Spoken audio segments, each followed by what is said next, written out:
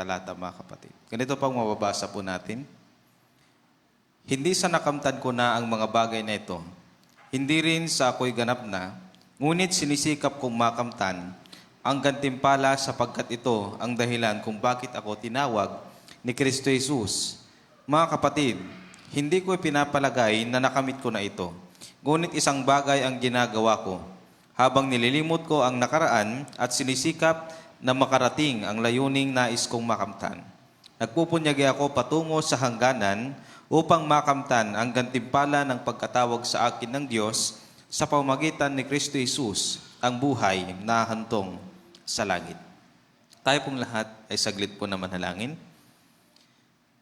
Panginoon namin Diyos, na lubang makapangyarihan po sa lahat, tunay nga na napakabuti po ninyo at karapat dapat ka sa papuri at pagsamba, Panginoon.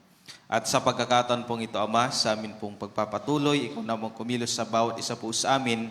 At nang sa ganun po, Diyos, ay matagpuan niyo po kami na patuloy po na kumikilos at naglilingkod po sa iyo, Panginoon.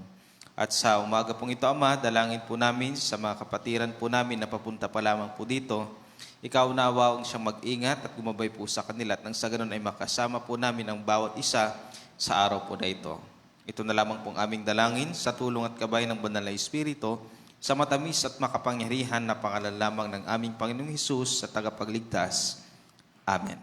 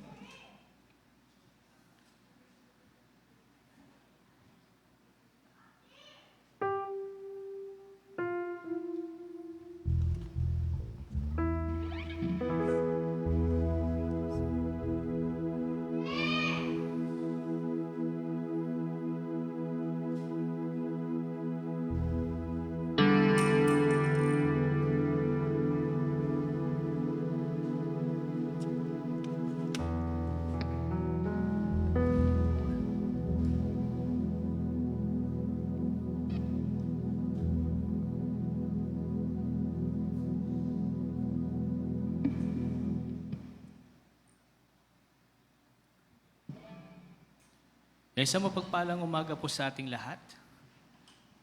Sa umaga pong ito, tayo po ay aawit sa ating Panginoon at ating pong ibigay ang buong kasiglahan, buong kalakasan sa pag-awit po sa Kanya. Tayo pong lahat ay tumayo, awitan po natin ang ating Panginoon.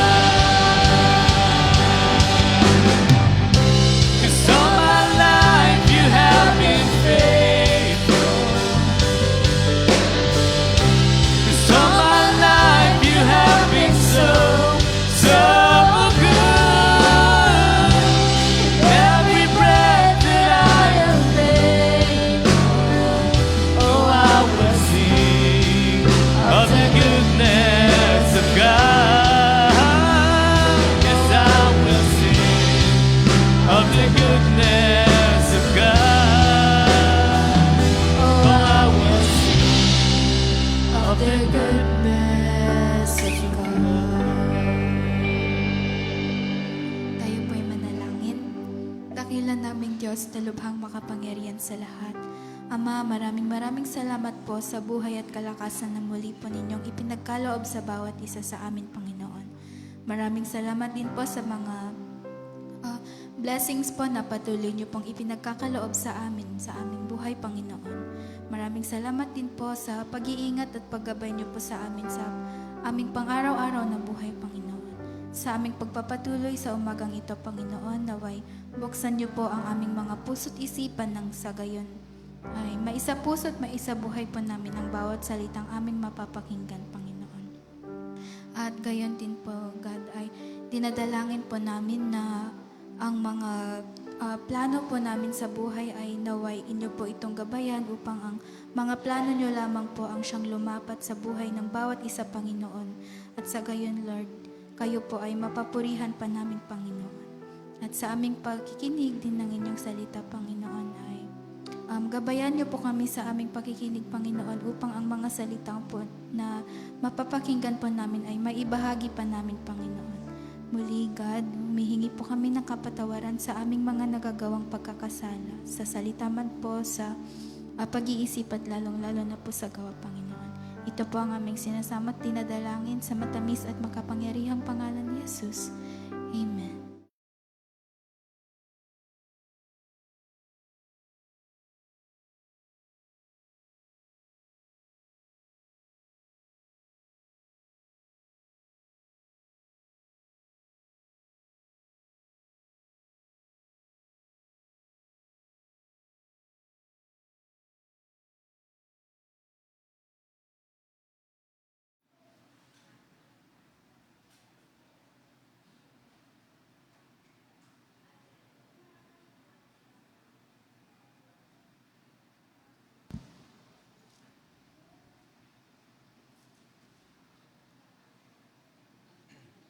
Yan, isang mapagpalang umaga po sa ating lahat, mga kapatid. At purihin po ang ating Panginoon. Tayo po ay makikinig na naman po ng salita po ng ating Panginoong Diyos sa umaga pong ito, mga kapatid. At sa atin pong pagpapatuloy ng pagkikinig po ng kanya pong ginintoang salita, nais ko pong basahin po, mga kapatid, ang nilalaman po ng banal na kasulatan dito po sa 2 Timothy chapter 3 verse 16, mga kapatid. At ganito po ang mapapakinggan at mababasa po natin sa talata pong ito. All scriptures is given by inspiration of God and is profitable for doctrine, for reproof, for correction, for instruction, and righteousness, that the man of God may be perfect, truthfully furnished unto all good works. Purihin po ang Panginoon sa pagkabasa, pagkarinig ng kanya pong banal na salita. Tayo pong lahat ay saglit po na manalangin. Panginoon naming Diyos na lubang makapangyarihan po sa lahat, marami pong salamat, Ama, sa pagkakataon pong ito na pinagkaloob niyo po sa bawat isa po sa amin. And we pray, Lord God, na ikaw pong siyang kumilos sa bawat isa at nang sa ganun po ay mapakinggan po namin ang iyong mga ginintoang salita. At hindi lamang po mapakinggan, bagkos ito po ay may sa pamuhay po namin. At ganoon din po, Diyos, na umingirit po kami ng tawad sa lahat ng amin pong pagkukulang at pagkakasala na amin pong nagawa sa iyong banal na harapan. Ito pong aming dalangin sa pangalan ng aming Panginoong Hesus. Amen. Yan, yung atin pong theme sa umagang ito, mga kapatid, ay The Scripture, na kung saan ito po yung binasa po natin, mga kapatid. At ito po yung mga bagay na kung saan makikita po natin dito sa banal na kasulatan. At itong scripture po na ito po yung huling bahagi ng atin pong serye na tinatalakay about yung Back to the Truth, mga kapatid. Bakit po ito yung pinakahuling serye ng atin pong Back to the Truth, mga kapatid? Marami po kasi ngayon na pagka sinabi nila, 2026 na, yung Bible pa rin ang sinusundan mo. 2026 na, sumusunod ka pa rin sa Bible. May mga ganun pong mga napapakinggan po tayo, mga kapatid.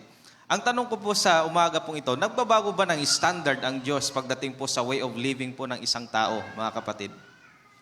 Hindi po nagbabago po ang Diyos sa Kanya pong ibinigay po sa atin na instruction kung paano po tayo mabuhay bilang mga mananampalataya po, mga kapatid. Kahit sa umaga pong ito, nais ko pong tignan po natin, ano nga ba yung nilalaman ng Scripture? So unang-una po dyan mga kapatid, sabi po sa next slide po natin, the Scripture is inspired. God is the source of origin of what is recorded in the Holy Scripture. Greek word, ang sabi po dyan, theopneustos, mga kapatid, God-breathed. Pinagsamang salita, mga kapatid, na kung saan ibig sabihin, theos or theo ay Diyos at pneuma, mga kapatid, or neustos, na ito po ay hininga. Ano po? At kung titignan po natin, mga kapatid, ito po ay talagang galing po sa ating Panginoon. At ano pa po yung isang bagay na mababasa po natin sa banal na kasulatan na hiningahan ng Diyos at nagkaroon ng buhay? Tayong mga tao. Ibig sabihin, tayong mga tao, hiningahan ng Diyos, binigyan niya ng buhay. Ang banal na kasulatan, ito po ay kanyang hiningahan, ito po ay galing mismo sa kanyang sarili, mga kapatid, at ito po ay may bisa at may buhay. Sa paano paraan po natin makikita na yung salita po ng Diyos ay talagang may buhay, mga kapatid. Unang-una at patunay po ng buhay, na buhay ang salita po ng ating Panginoong Diyos, mga kapatid. Hindi po nawala yung salita ng Diyos simula pa po nung unang panahon. Nagkaroon po ng mga evidence, nung paghukay ng mga archaeologist, mga kapatid, marami po silang nahukay na evidence about sa salita po ng ating Panginoon. Ano po, kung hindi po totoo ang salita ng Diyos, hindi po ito mananatili hanggang ngayon, mga kapatid. 1,000 years nang nakalipas. At marami pong evidence sa banal na kasulatan na ang salita ng Diyos ay nagpapatunay na ito po ay totoo. Unang-una na nga po dyan, mga kapatid, yung DNA po nating mga tao. Di ba, mayroon po tayong makikita po, mga kapatid, yung about sa theory of evolution, which is, kung titignan po natin, is very contradict doon po sa sinasabi ng banal na kasulatan. Kung titignan nga po natin, wala kahit isa sa mundo pong ito, even the monkeys, mga kapatid, ay hindi po kaparehas ang DNA ng tao. Ano po? Kung titignan po natin, mga kapatid, kahit very close na DNA po ng kahit anumang na nalilalang sa mundo pong ito ay wala pong kahit close doon po sa DNA ng tao. Sa madaling salita, mga kapatid, tayo po ay very special. Tayo po ay talagang nilikha ng ating Panginoon. Hiningahan po niya, galing po tayo sa Kanya, at yung Kanya pong salita, same sa word ng ating Panginoon, ito po ay galing sa Kanya, ito po ay may bisa at buhay sa bawat mananampalataya po, mga kapatid. Kasunod po, mga kapatid, kung titignan po natin, ito po ay magagamit unang-una sa doctrinal. Sabi po dyan, mga kapatid, sa 1 Timothy chapter 4, verse 13, until I come, devote yourself to the public reading of Scripture, to preaching and to teaching. Bakit po mahalaga po sa atin, mga kapatid, yung doctrinal teachings? Yung napag-aralan po natin nung nakaraan, mga kapatid, doon po sa Acts chapter 2, verse 42, mga kapatid, na kung saan yung mga believers po noon, yung kanilang ginagawa, dinedevote po nila ang kanilang sarili sa pag-aaral ng salita ng Diyos. Kayo po, mga kapatid, halimbawa, sa mga tatay dito, anong inyo pong nililigawan, ang inyo pong mga sinisintang mga misis po ngayon, mga kapatid? Di ba, inaalam nyo, ano kayang favorite color niya? Paano ko kaya siya papasiyahin? Mahilig ba siya sa ganitong pagkain? Mahilig ba siya sa ganitong kulay? Mahilig ba siya sa ganitong pabango? Di ba ganun po yung iniisip po ng mga tatay noon? Ewan ko lang, baka kayo misis yung nanligaw. Ano po? Nakaka-relate ba? Or baka yung mga nanay po natin yung nanligaw, ano po? So kung titignan po natin, mga kapatid, para mahalin mo or para may pakita mo yung true love or yung pagmamahal, para mapasiya mo yung isang taong special sa'yo, aalamin mo ano ba yung katangian niya, ano ba yung gusto niya, ano ba yung ayaw niya. Ano po, mga kapatid, tama po ba? Ganun po yung gusto po natin. At alam niyo po, ang Diyos, hindi po natin siya mapiplease, hindi po natin siya malulugod, hindi po natin siya mapapasiya without knowing yung attributes ng ating Panginoon. Kung hindi po natin siya kilala, paano natin siya papasiyahin, mga kapatid? Kung hindi po natin kilala na ang Diyos ay holy, paano po natin siya papasiyahin kung hindi po tayo namumuhay ng holy? Paano po natin pasisiyahin ng Diyos kung hindi po natin alam na siya po, mga kapatid, ay Diyos ng kabanalan? Diyos po siya na makapangyarihan sa buhay po natin, mga kapatid. So kinakailangan yung pag-aaral ng salita po ng ating Panginoong Diyos. Tida magtataka kapsat, gano'n po natin kakilala ang ating Panginoon sa buhay po natin? Gano'n po natin siya kakilala? Kasi nagre-reflect po yon sa pamumuhay po natin. Kung gano'n na po kalalim at kakilala po natin ang ating Panginoon, magre-reflect po yon sa atin pong lifestyle, sa atin pong buhay, mga kapatid. Kasunod po is reproof. Nagagamit po yung salita ng ating Panginoon sa reproofing. In Proverbs chapter 10, verse 17, mga kapatid, whoever heeds discipline shows the way of life, but whoever ignores corrections leads others astray. Gusto nyo ba ng correction, mga kapatid? Gusto nyo ba? Ako gusto ko na ayaw. Gusto ko na ayaw ang correction, mga kapatid. Gusto ko kasi naitatama yung mali. Ayaw ko kasi masakit. Diba? Pag kinokorek kayo, mga kapatid, lalo pagka guilty ka, ang hirap tanggapin eh. Ang hirap tanggapin, mga kapatid. Pero ang salita ng Diyos, hindi po ito namimili ng kanyang papatamaan. Kahit sinong tao, makapangyarihan ka man, ikaw man ay pinakamababa sa lipunan, ano man ang status mo sa buhay, ang Diyos ay walang pinipili na tamaan yung maling ginagawa po natin, mga kapatid. Kaya nga po, may napakinggan po akong nag-speech po noon. Ang sabi niya, ang Biblia, hindi lamang po nito pinupuntirya yung gawa ng tao, kundi maging sa isip pa lang po natin, may iniisip ka pa lang na masama, pinupuntirya ka na ng ating Panginoong Diyos sa Kanya pong salita. Ibig sabihin, mga kapatid, ang Panginoon, hindi lamang po siya nakatutok sa salita doon sa ginagawa po natin, kundi maging sa puso at isipan po natin ay tinitignan ng ating Panginoong Diyos. Kaya pag tayo po ay kinokorek, mga kapatid, ang sabi niyan, pag tayo po ay kinokorek, mga kapatid, ito po ay nagpapakita na tayo po ay napapabuti. Ano po? Tayo po ay napapabuti. Yung buhay po natin gumaganda, naging straight yung path po natin, pero kung hindi po natin pinapakinggan yung corrections po na sinasabi sa atin, ang sabi ng banal na kasulatan, but whoever ignores corrections leads others astray. Mapapahamak po tayo, mga kapatid. Mawawala po tayo. Ano po, pakisabi sa iyong katabi, huwag mong i-ignore ang correction. Huwag kang magbingi-bingihan. Kasi kung minsan, sa mga bata, nakikita ko yung mga bata kung minsan kala mo nakikinig ganyan pa, nakayuko pa pag pinapagalitan. Pero pag tumalikod na si nanay, si lola, duretam nga bakit, kunadan. Ano po, may mga ganong bagay, mga kapatid, na nangyayari po. Mga kabataan, hindi po sa ganoon. Mga anak, mga kapatid na narito, huwag po ninyong i-ignore yung correction sapagkat para po yan sa improvement po natin, para po yan sa pag-build ng character po natin, mga kapatid. Kaya yung Bible, ito po ay nagagamit sa reproofing, mga kapatid. Kasunod po, sabi po dyan, mga kapatid, corrections. Preach the word, be prepared in season and out of season. Correct, rebuke, and encourage with great patience and careful instructions. For the time will come when people will not put up with the sound doctrine. Instead, to suit their own desires, they will gather around them a great number of teachers to say what they're itching. Yan po yung nakakatakot sa panahon po natin ngayon, mga kapatid.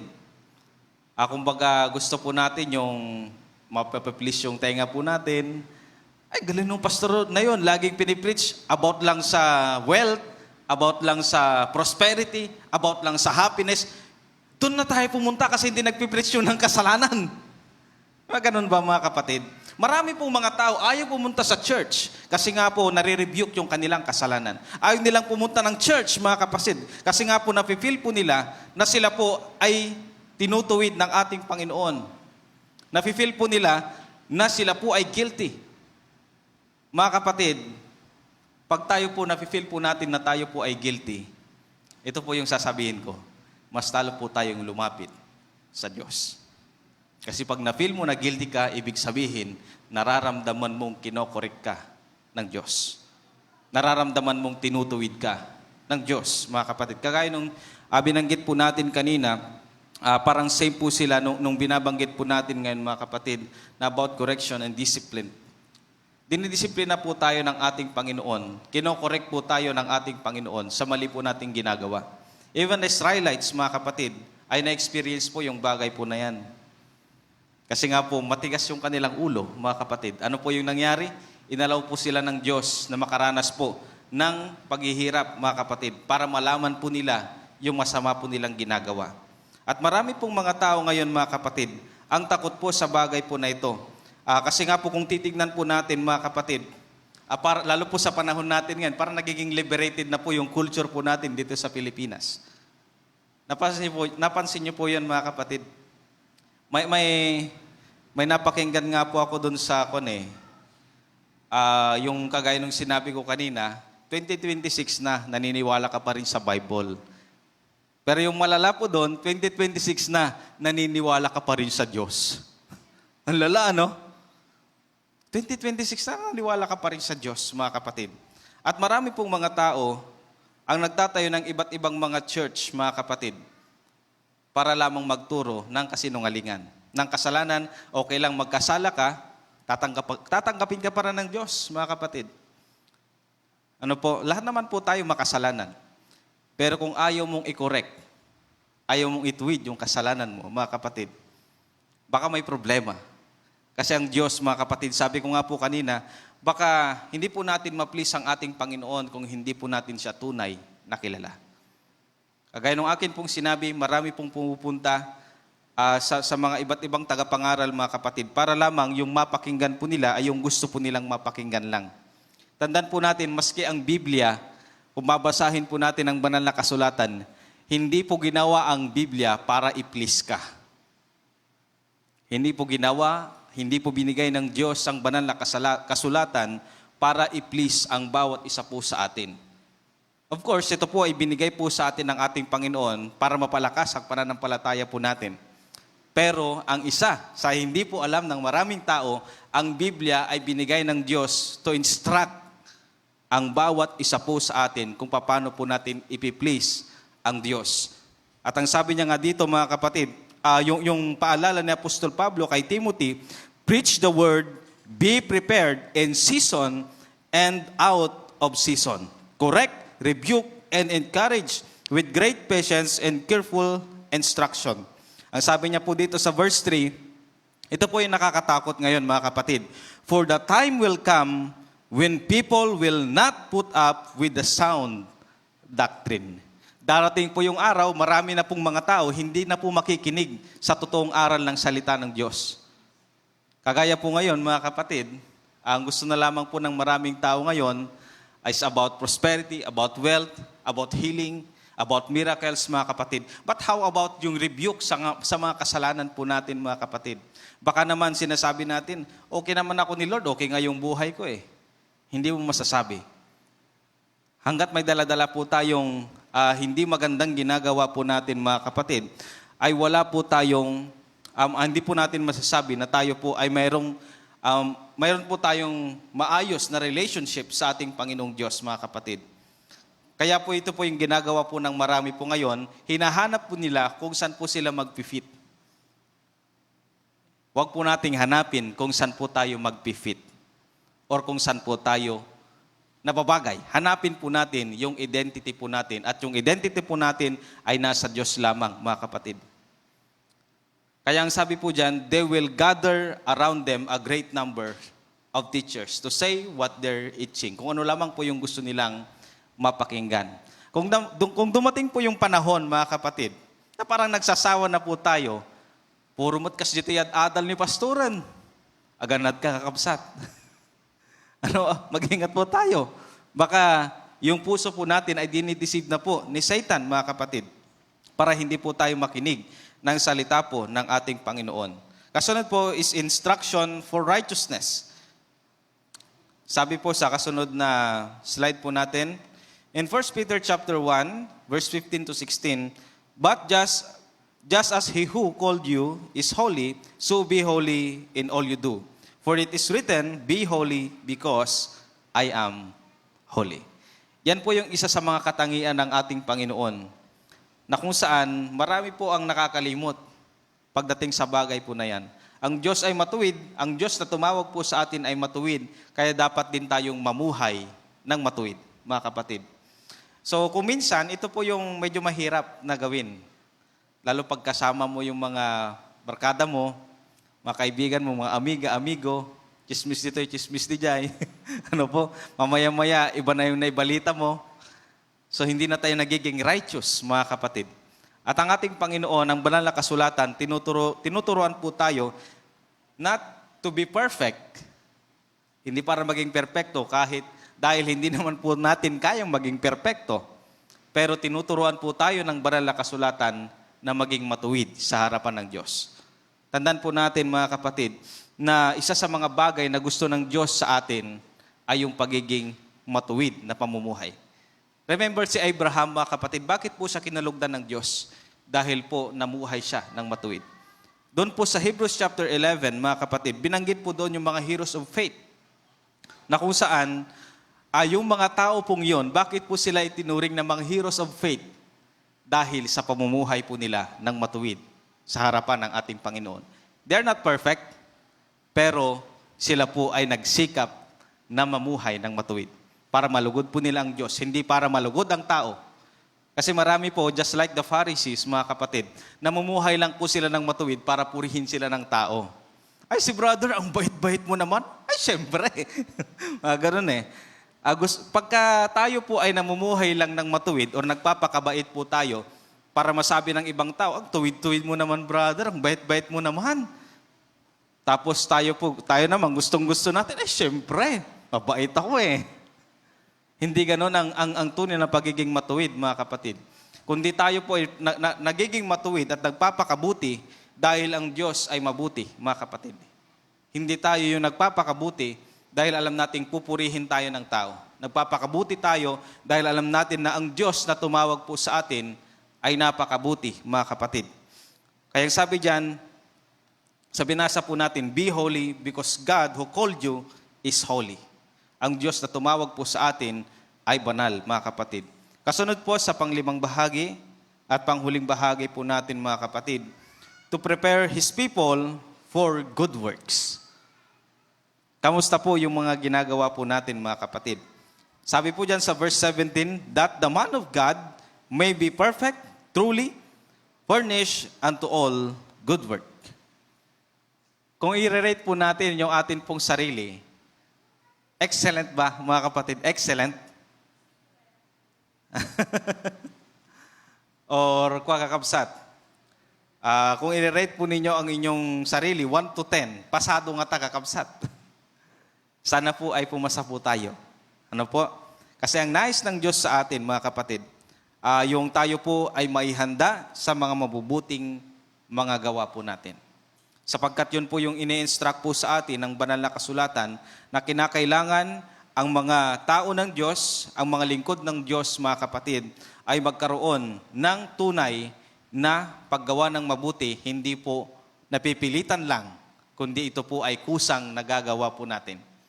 Sabi ko nga po lagi, mga kapatid, yung paggawa ng mabuti, hindi yan pinipilit.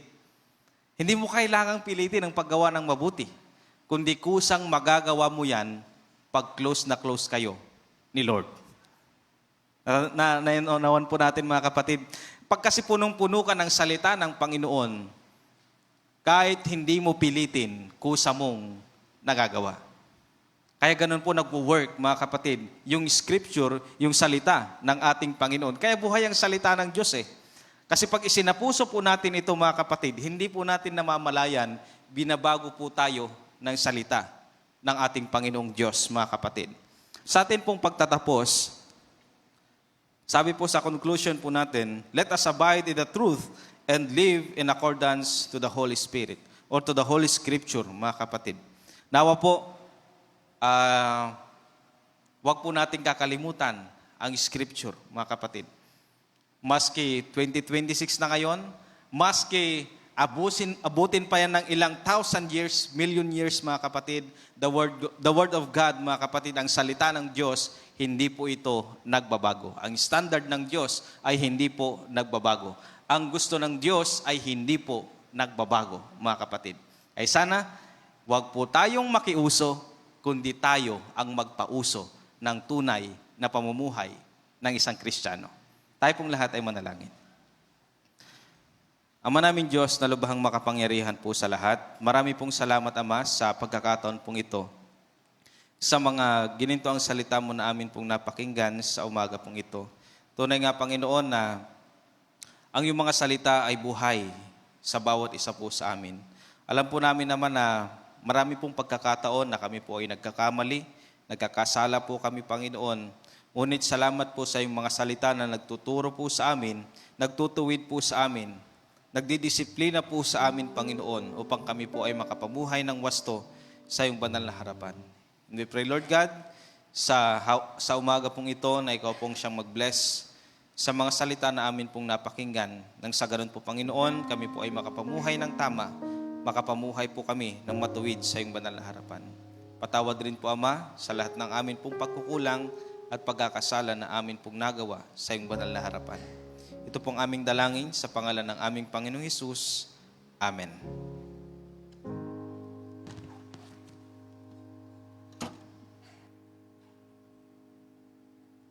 Salamat po, Pastor.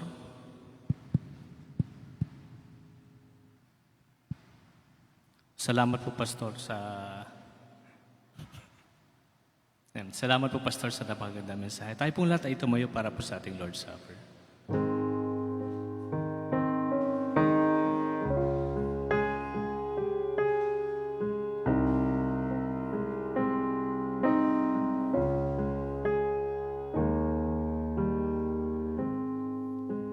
Thank you for the cross, Lord. Thank you for the price you paid, bearing all my sin and shame. In love you came and gave amazing grace. Thank you for this love, Lord. Thank you for the nail-pierced hands. Wash me in your cleansing flow. Now all I know is your forgiveness and embrace. What is the Lamb seated on the throne? Crown you now with many crowns. You reign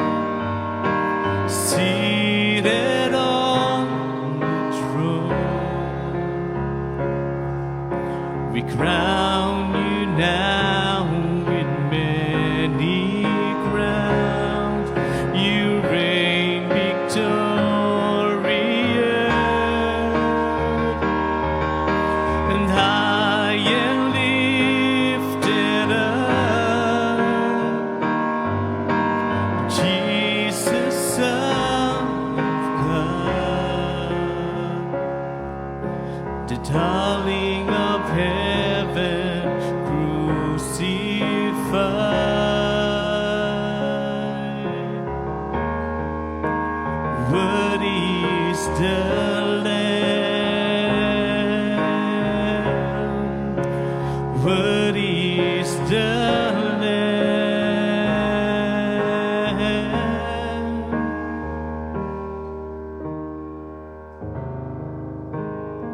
Sapagkat ito ang turo na tinanggap ko mula sa Panginoon at ibinigay ko naman sa inyo. Noong gabing siya ay pinagkanulo. Nang Panginoong Hesus ay dumampot ng tinapay, nagpasalamat at pinagpira-piraso iyon at sinabi, ito ang aking katawan na inihandog para sa inyo. Gawin ninyo ito bilang pag-aalaala sa akin. Matapos maghapunan, dumampot din siya ng kupa at sinabi, ang kupang ito ang bagong tipan na pinagtitibay ng aking dugo. Tuwing iinumin ninyo ito, gawin ninyo bilang pag-aalaala sa akin. Sapagkat tuwing kakain kayo ng tinapay na ito at iinom sa kupang ito, ipinahayag ninyo ang kamatayan ng Panginoon hanggang sa kanyang muling pagparito. Tayo po'y sumandaling yumuko at manalangin. Dakila naming Diyos na lubhang makapangyarihan sa lahat. Muli po, Panginoon, ay kami narito, Panginoon, sa oras na ito, Lord, na Panginoon, tatanggap na lang po kayo, Panginoon, ng mga simbolo ng iyong laman ng iyong dugo, Panginoon, na siyang naiaalay mo, Panginoon, ay sakripisyo, Panginoon, para sa aming mga kasalanan. Lord God, nawa, Panginoon, ay bless mo po ang kopa at ang simbolo ng iyong laman at iyong dugo, Panginoon, sa aming nawa, Panginoon, ay sa aming pagtanggap, maalala po namin ang iyong pagliligtas po sa amin, Panginoon, sa pagtubos ng aming mga kasalanan po, Panginoon. At Panginoon, tunay nga po, Panginoon, na kami po yung mga makasalanan at ang tanging kalulasan lamang po, Panginoon, ng aming makasalanan. Ang kabayaran ng Panginoon ay ang iyong laman at iyong dugo, Panginoon. Ako, Panginoon, ay patawarin niyo po kayo, Panginoon, sa mga kasalanan naming nagagawa po, Panginoon. At tulang po sa amot dalangin sa tamataway sa pangalan ni Jesus. Amen.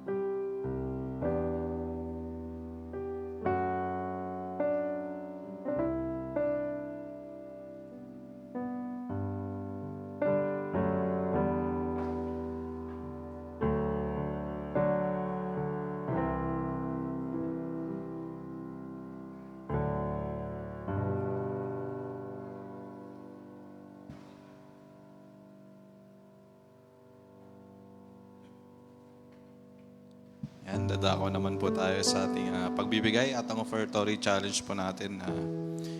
Kukunin po natin, babasahin po natin mula sa mga Kawikaan, chapter 3, verse 9 to 10. At ito po yung ito po yung nasusulat.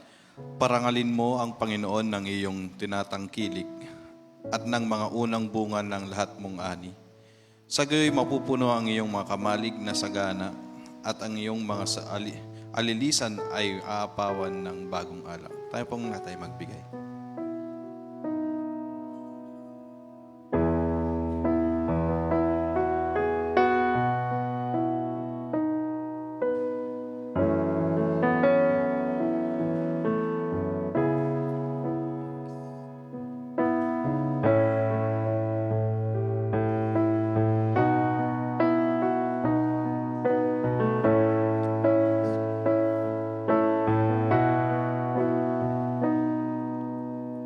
I come before you today,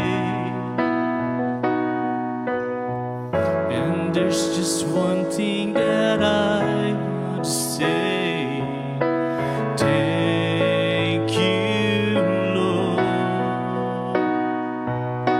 Thank you, Lord, for all you've given to me, for all the blessings that I cannot see. Thank you, Lord. Thank you, Lord. With a grateful heart, with a song of praise, with an outstretched arms, I will bless your name. Thank you, Lord. I just want to thank you, Lord. Thank you, Lord. I just want to thank you, Lord. Thank you, Lord, for all you've done in my life. You took my darkness and gave me your light. Thank you, Lord. Thank you, Lord. You took my sin and my shame. You took my sickness and healed all my pain. Thank you, Lord. Thank you, Lord. With a grateful heart, with a song of praise, with an outstretched arms, I will bless your name. Thank you, Lord. I just want to thank you, Lord.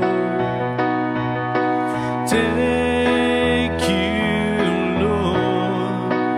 I just want to thank you, Lord. Thank you, Lord. Tayo pong lahat ay muling tumayo at ipanalangin po natin at ipagpasalamat ang ating mga offerings and tithes.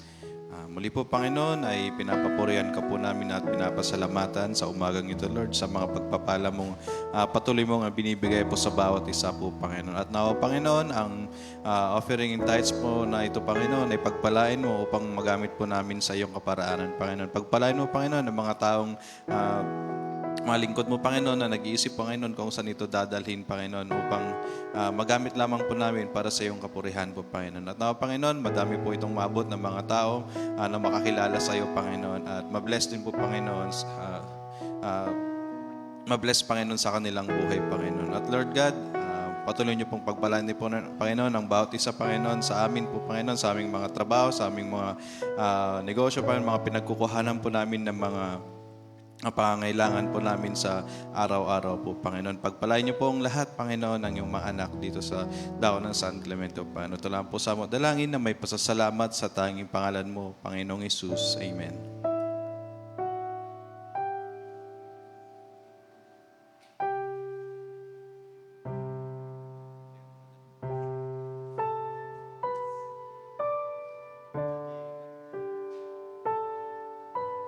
Indadako po tayo sa atin pong announcement, mga kapatid. Una po sa atin pong announcement, ngayong darating po na May 29, 30, and May 31, mga kapatid, is yung atin pong National Convention. Wala na po bang habol na sasama po sa atin pong National Convention, mga kapatid? Ito po ay gaganapin po doon sa Laguna. So kung may hahabol pa po, mga kapatid, mabanog kayo, takumamat kayo eh. Okay. So sa kwan po natin, mga kapatid, kung wala na pong hahabol po dyan, yung re-rent po natin na sasakyan, hindi na po kami magkukuha ng karagdagan, mga kapatid, kung wala pong hahabol. At ganoon din po sa darating po na June, mga kapatid, ito po yung atin pong quarterly na feeding program. At ito po ay ginagana po doon sa Katnag Elementary School, mga kapatid. So dati po kasi is, kwan lang po siya, parang, tawag dito, parang madala lang po natin siya gawin. Kasi natigil po yun nung pandemic, mga kapatid. Pero ngayon po, magpo-focus po tayo dun sa Katnag at balak po ng inyong lingkod kung kakayanin pa, kung may touch na puso ng ating Panginoon, mga kapatid. Yung atin pong, kasi back to school na po ngayong June, at tinanas po ng inyong lingkod, mga kapatid, na makapagbigay po tayo bukod po sa feeding program, kahit konting school supply po siguro sa mga bata po doon sa Katnag, mga kapatid. Yung bilang po kasi nila doon is umabot po ng 100, sabi na po natin close na po sa 100, mga kapatid. At siguro yung gagastusin po siguro, medyo malaki ng kaunti, mga kapatid. So ngayong June, wala pa pong update kay Madam Principal, mga kapatid, kung kailan po yung best na date ng ating pong feeding program. At usually, mga kapatid, ginaganap po natin ito ng Friday. Pero ask ko pa po si Madam Principal kung kailan po yung magandang date po ng ating pong feeding program, mga kapatid. At ganoon din po sa ibang announcement po natin, mga kapatid. Yung atin pong every Wednesday na online jam, tuloy-tuloy pa rin po yun, mga kapatid. At this coming Friday, dito po ulit tayo sa chapel, yung atin pong Friday po na activity, mga kapatid. At sa last Friday po ng prayer meeting po natin, last Friday po of the month, ay to be announced na lang po yung atin pong pupuntahan na bahay or compound, mga kapatid, para po sa atin pong outdoor prayer meeting, mga kapatid. So sa mga pupuntahan po nating mga bahay, kung sakali pong kinausap ko po kayo, huwag niyo pong alalahanin yung pagkain. Hanggang yung pagdanagan na yung makan kakabsat. Kasi may dadalhin po tayong mga pangmirenda po natin. Pero kung maghahanda po kayo, why not? Wala pong problema. Kakain po tayo, mga kapatid. So, yun po. At ganun din sa atin pong next Sunday po ay balik po tayo sa atin pong dating oras, mga kapatid. Kasi ngayon po yung atin pong kapatid na si Nanay Susing, pumanaw na po at kakatapos na lang po ng libing kanina. So next Sunday po ay balik po tayo sa 8:30 ng umaga po, mga kapatid. At yung atin pong back to school fellowship, PTCSWF ngayong June na rin po yan at wala pa pong exact date. Yung venue, wala pa rin po, mga kapatid. So antay lang po tayo kung ano po yung venue po natin sa mga kabataan po natin. Sana po ay masuportahan po natin yung atin pong Back to School Fellowship, mga kapatid. At ganoon din po sa ibang announcement pa. Yan, Mother's Day Celebration and Fellowship. Kahapon, mga kapatid. At yung attendance is umabot po yan ng ilan po? 180. Hindi pa po kami kabilang na hindi nag-registration. So, hindi pa po kami kabilang, mga kapatid. Hindi po ako nakapag-register kahapon. So, yung bilang po is mahigit pong 180 na tao po, mga kapatid. 280.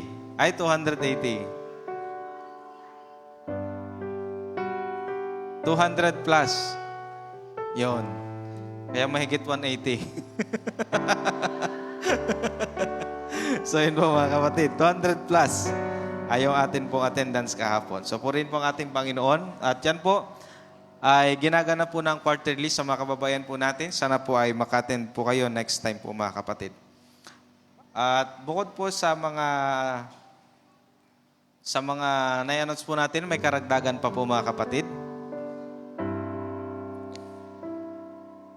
And birthday celebration po, si Brother Rodel at kay Brother Jetro. Wala po si Brother Jetro ngayon. Si Manong Rodel, baka nanonood po ngayon. So, happy birthday po. Kung sino man po ang mga magbo-birthday ngayong week or nag-birthday nung nakaraang week, ay happy birthday po sa inyo po, mga kapatid.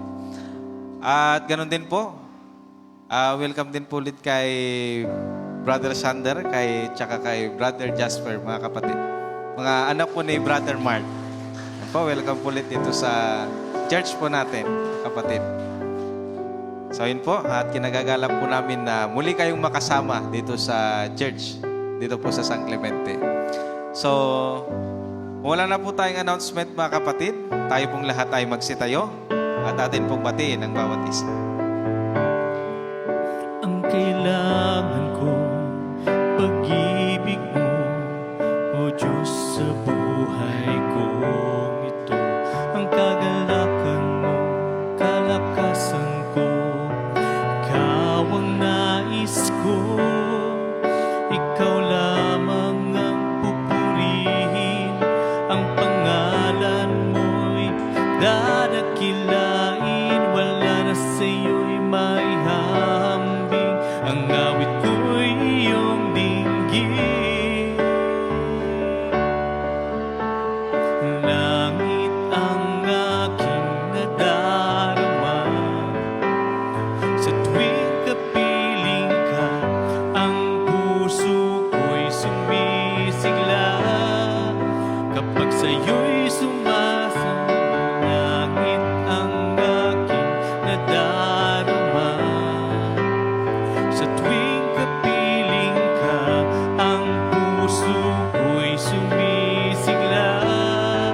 Kapag sa'yo'y sumasama, lamang ang pupurihin, ang pangalan mo'y dadakilain. Wala na sa'yo'y may hahambing, ang awit ko'y iyong dinggin. Langit ang aking nadarama, sa tuwing kapiling ka, ang puso ko'y sumisigla.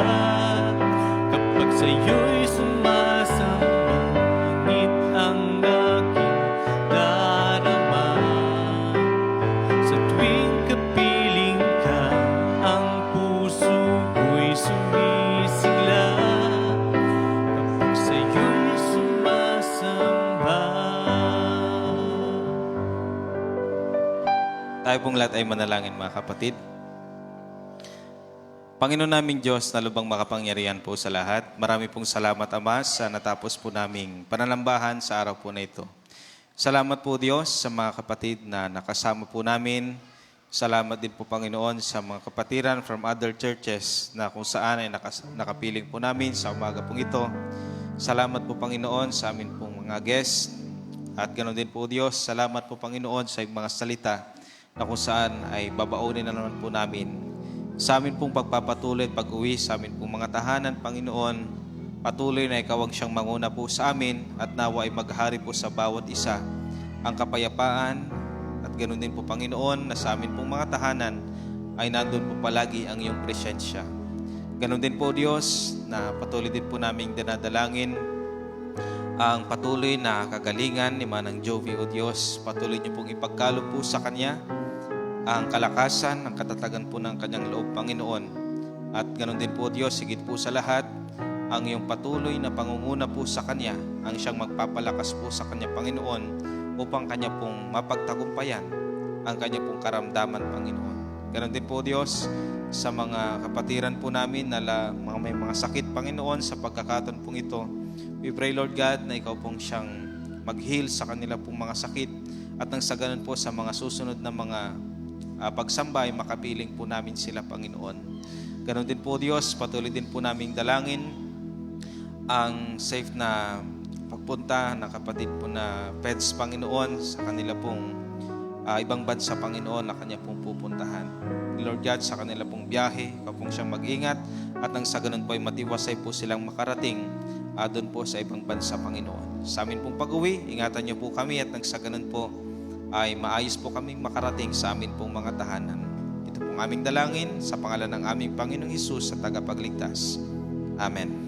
Di amaken anak kuman ken Espiritum liwliwat dayawen nga ipangruna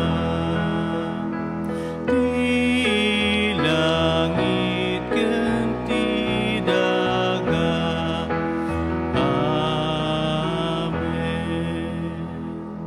Naway sumenyong lahat ang kagandaang loob ng Panginoong Jesucristo at ang pag-ibig ng Diyos at ang pakikisama ng Espiritu Santo. Amen. Amen.